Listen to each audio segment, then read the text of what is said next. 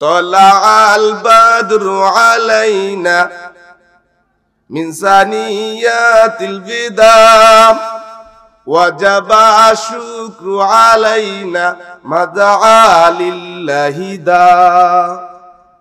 সুবহানাল্লাহ কন্না। এই যে সুন্দর চমৎকার আকারে কবিতা নবীজির শানে। যেমন আমাদের ইতিপূর্বে আমরা যখন ছোটবেলা থাকতাম মাইকের আওয়াজে শুনতাম, রাসূল আমার আল্লাহর দোস্ত আখিরি নবী, আমরা যে তার আদরের উম্মত, উম্মতের করলাম কি। এটা সঙ্গীত না, গজল না? মদিনার বুলবুল নবী রাসূল আল্লাহ পাঠালেন খুশি হয় নিজে মাবুদ আল্লাহ। এই গজল হইছে না? আমরা পড়ছি না, আমরা শুনছি না? আখিরাতের কথা স্মরণ কইরাম মুমিন বান্দার যত্ন সহকারে গজল গাইতেন। কত যত্নের পাখি তুমি,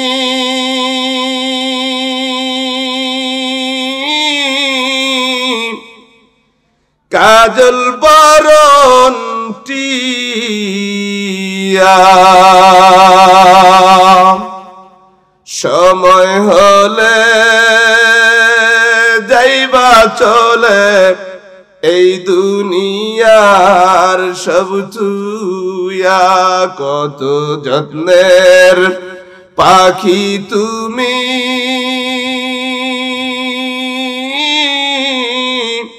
কাজল বরণ টিয়া,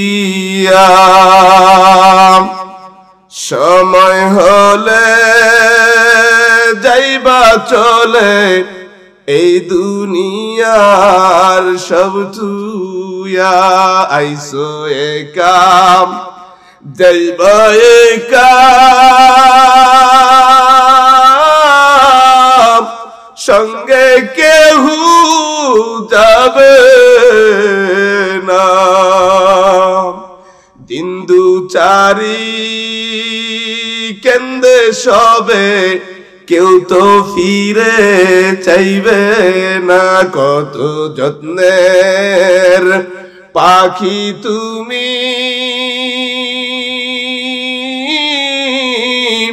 কাজল বরণ টিয়া, সময় হলে যাইবা চলে এই দুনিয়ার সব তুইয়া।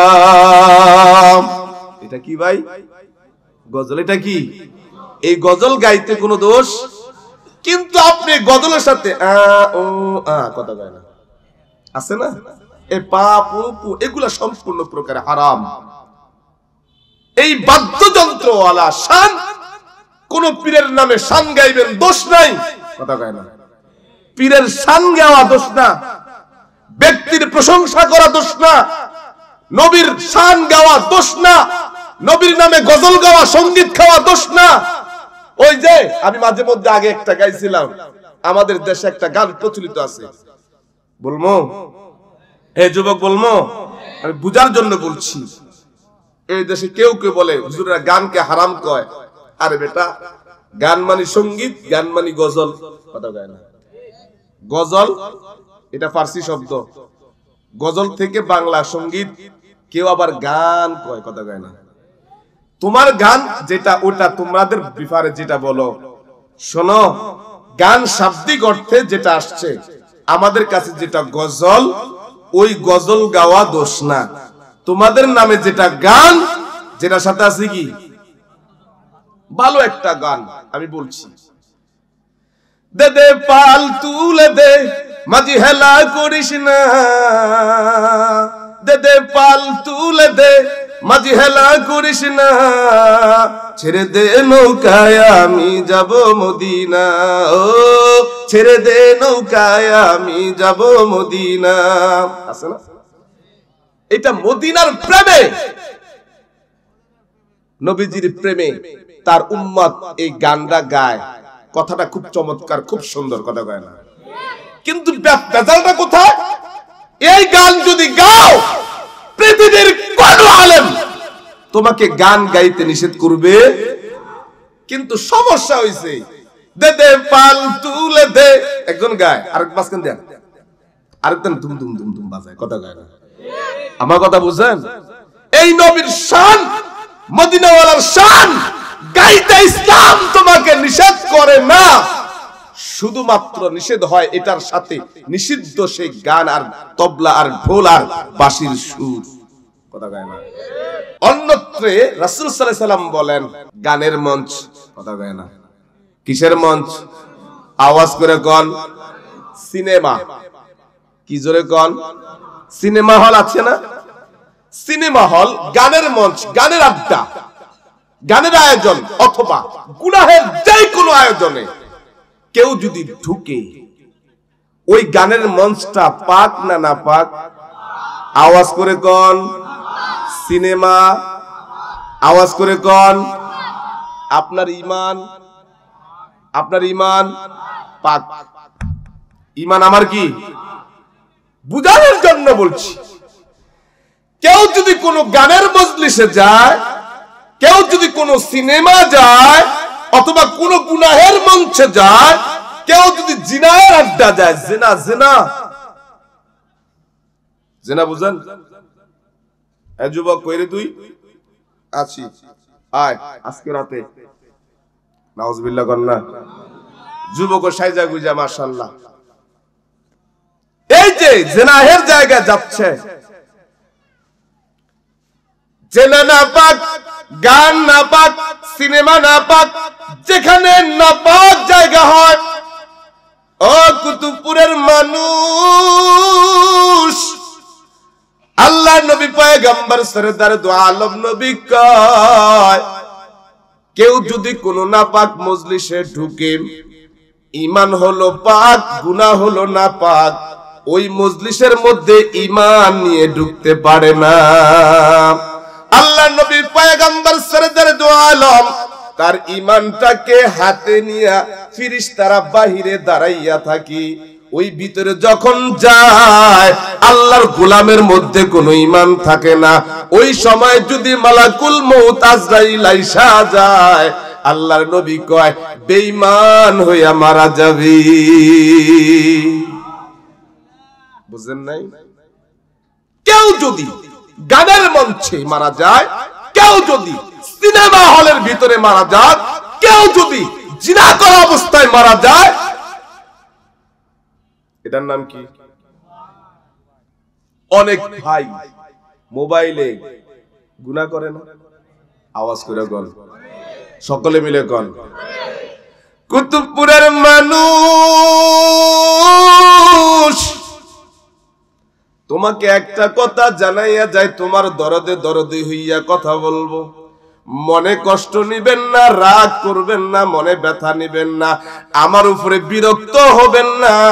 আজকে আপনার দরদে দরদি হইয়া যেই কথাটা বলি, যখন আপনি মোবাইলের ভিতরে গুনাহের সাথে লিপ্ত হন, সেটা চাই সিনেমার মাধ্যমে, সেটা চাই ছবির মাধ্যমে, সেটা চাই বেগানা পরকিয়া কোন নারীর মাধ্যমে, আপনি যদি আলাপচারিতার মধ্যে লিপ্ত থাকেন, খোদার কসম ঈমান আপনার সাথে থাকে না।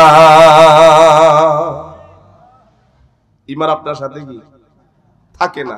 মালাকুল মউত আজরাইল কাপ করে যখন আপনার রূহটা টান দিবে, একটা হিন্দুর মউত যেমন আপনার মউতটা তেমন, একটা খ্রিস্টানের মউত যেমন আপনার মউতটা তেমন, একজন বৌদ্ধর মউত যেমন আপনার মউতটা তেমন। আপনার গোসল হবে, দাফন হবে, আপনার জানাজা হবে, আপনার জন্য দোয়া হবে, মিল্লাতি রাসূলুল্লাহর উপরে দাফন হবে।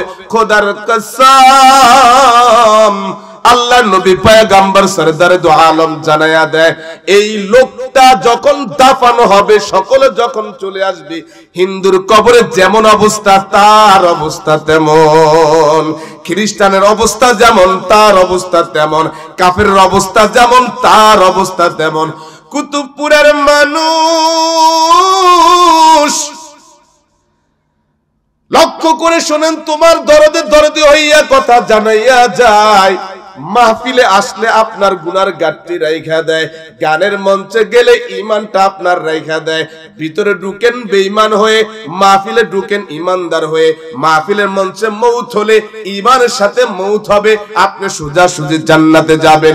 গানের মঞ্চে মৌত হলে সরাসরি জাহান্নামে চলে যাবেন। চিল্লায় কন্না নাউজুবিল্লাহ। ও যুবক, সিদ্ধান্ত আপনার। বলেন তো আপনি কোন মঞ্চে যাবেন? কথা কয় না। আপনি মাহফিলে আসেন সেটা আমি বলি না, বেঈমান হইয়া মরবেন সেই গানের মঞ্চে যাবেন? কারা কারা যাবেন না হাত উঠান তো। লিল্লাহে তাকবীর, লিল্লাহে তাকবীর। হাত নামান। আমি আপনাকে বলি না আপনি ওয়াজের মঞ্চে আসেন, কিন্তু গানের মঞ্চে যায় না। বল ইনশাআল্লাহ, ইনশাআল্লাহ। আল্লাহ আমাদের কবুল করেন। গান হারাম। বলেন গান কি? গান কি? বাদ্যযন্ত্র।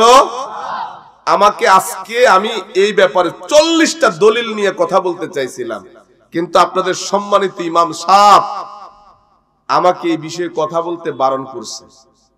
বুঝেন নাই? বলে হুজুর আপনি এই বিষয়ে কথা বললেন না, আপনি এই বিষয়ে কথা বলিয়েন। আল্লাহ, শুধু টাচ দিয়ে গেলাম। মোমেন বান্দা কখনো বাদ্যযন্ত্রওয়ালা গান শুনতে পারে না, যাইতে পারে না। কথা কয় না। তবে মোমেন বান্দার কাজ হলো কোরআন তেলাওয়াত করা, নবীজির উপরে দুরূদ শরীফ পড়া, নামাজ আদায় করা, মাঝে মধ্যে নবীর ইশক ও মুহাব্বতের কিছু কবিতা আবৃত্তি করা দোষ না। কথা কয় না। তালাআল বাদরু আলাইনা মিন সানিয়াতিল বিদা ওয়াজাবা শুকরু আলাইনা মাদআ লিল্লাহি দা। সুবহানাল্লাহ কোন না? এই যে সুন্দর চমৎকার আকারে কবিতা নবীজির শানে। যেমন আমাদের ইতিপূর্বে আমরা যখন ছোটবেলা থাকতাম মাইকের আওয়াজে শুনতাম, রাসূল আমার আল্লাহর দোস্ত আখিরি নবী, আমরা যে তার আদরের উম্মত, উম্মতের করলাম কি। এটা সঙ্গীত না, গজল না?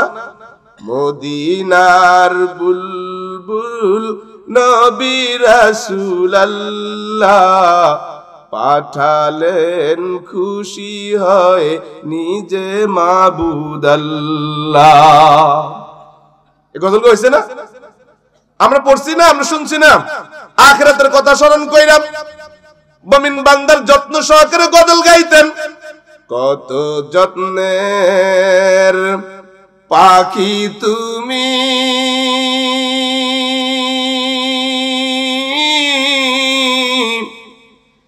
কাজল বরণ টিয়া,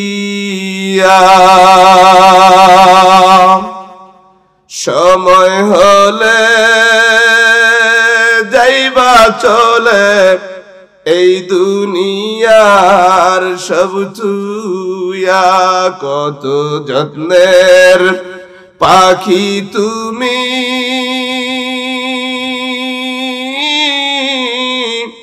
কাজল বরণ টিয়া, সময় হলে যাইবা চলে এই দুনিয়ার সব তুইয়া। আইসো একাম যাইবা একাম, সঙ্গে কেহু যাবে না। দিন দু চারি কেন্দে সবে, কেউ তো ফিরে চাইবে না। কত যত্নের পাখি তুমি,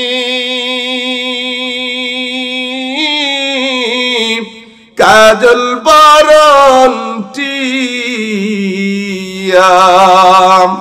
সময় হলে যাইবা চলে এই দুনিয়ার সব তুইয়া।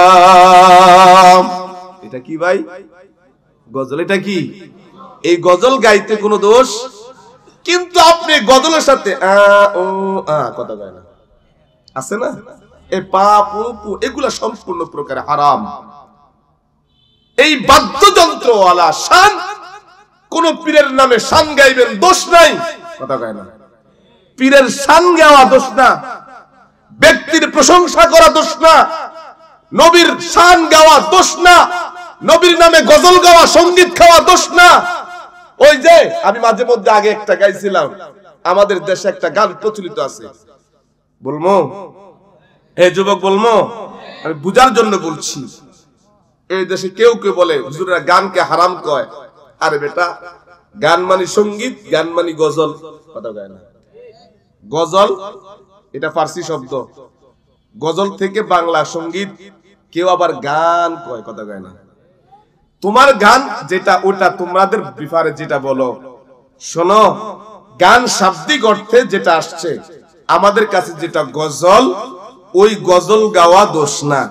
তোমাদের নামে যেটা গান, যেটা সাথে আছে কি ভালো একটা গান, আমি বলছি, দে দে পাল তুলে দে মাঝি হেলা করিস না,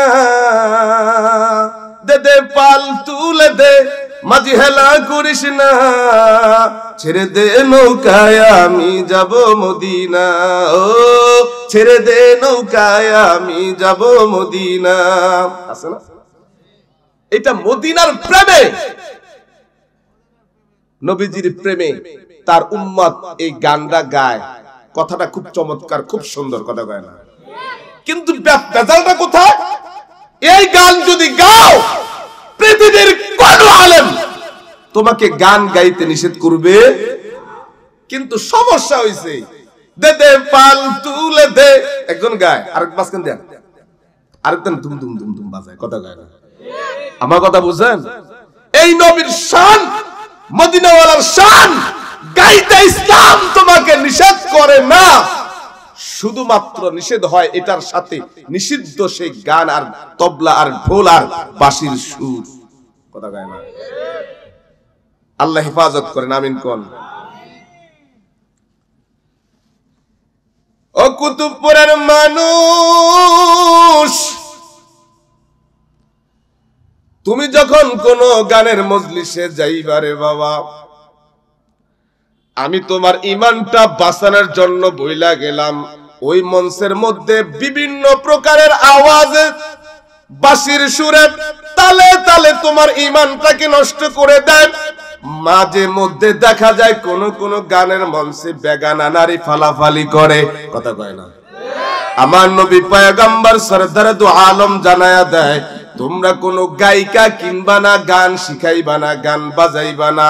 যেই দিন, যেই সমাজে, যেই দেশে গান বাজনা প্রচলন হবে, গায়িকা বেড়ে যাবে, বাদ্যযন্ত্র বেজে যাবে, অচিরে আমার আল্লাহ আসমানের কিছু গজব, এক নাম্বার গজব, জমিনের মধ্যে ভূমিকম্প হয়ে যাবে।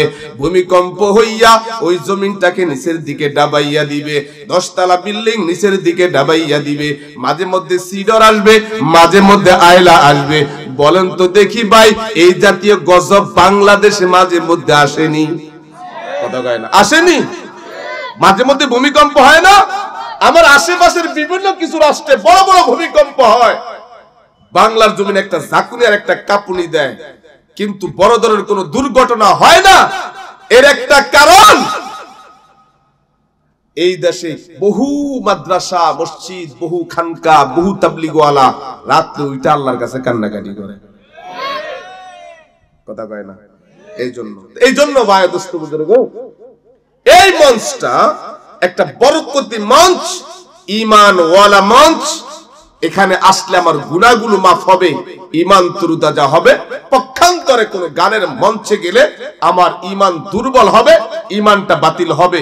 ওই অবস্থায় যদি আমার মউত হয়, কুফরি হালত আমার মউত হবে। আমরা এখান থেকে তওবা করেছি, ওয়াদা করেছি, কোন গানের মঞ্চে মজমায় আমরা যাব না। আমি মাহফিল আসতে বলি এটা বলবো না, তবে গুনাহ আমরা করব না ইনশাআল্লাহ। বল ইনশাআল্লাহ।